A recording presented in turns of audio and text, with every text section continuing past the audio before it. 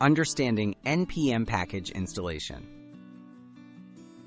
The package manager for Node.js. It lets you install code libraries, called packages, from the NPM registry. When installing, you have two main choices, global or local. Knowing the difference is essential for effective Node.js development, preventing errors and keeping your project organized. Let's explore what each type means and when to use them. What is local installation?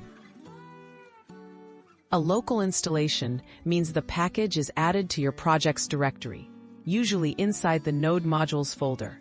You install locally by running npm install package name. These packages are only available to your specific project. It's ideal for dependencies used by your app, ensuring every team member works with the same versions. What is global installation? A global installation makes the package available across your entire system, not just one project. To install globally, use npm install-g package name.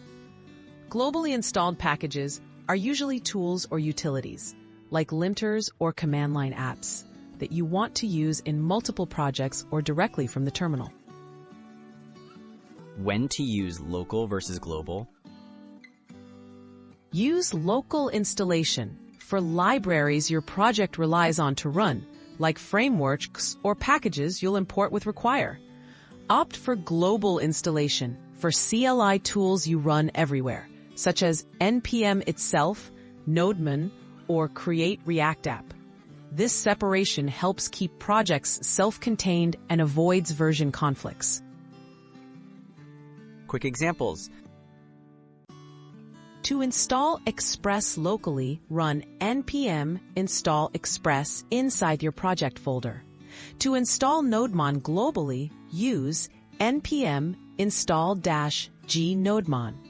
Locally installed packages appear in package.json, making collaboration and deployment easier. Global installations are best for tools you want on your path and use outside project code.